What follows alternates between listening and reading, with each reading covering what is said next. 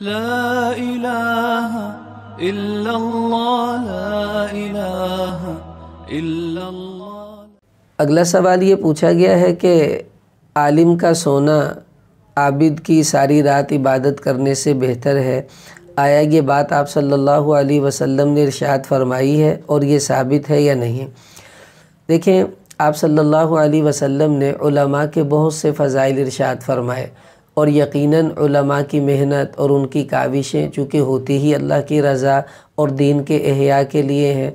تو ان کا ہر لمحہ یقیناً عبادت ہے۔ اور اگر وہ رات کو سوتے ہیں تو یہ ظاہر ہے اسی لیے سوتے ہیں کہ انہوں نے صبح اٹھ کر پھر دین کی محنت کرنی ہے،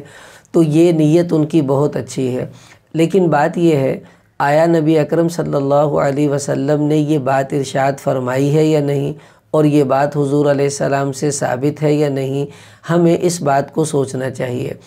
جو مرفوع حدیث آپ علیہ السلام سے ثابت ہے، اس کے الفاظ یہ نہیں ہے کہ عالم کا سونا عبادت ہے اور عابد کی عبادت کرنے سے بھی زیادہ بہتر ہے۔ ایسی بات تو حضور علیہ السلام سے ان الفاظ میں ثابت نہیں ہے کہ نوم العالم عبادت، کہ عالم کا سونا عبادت ہے،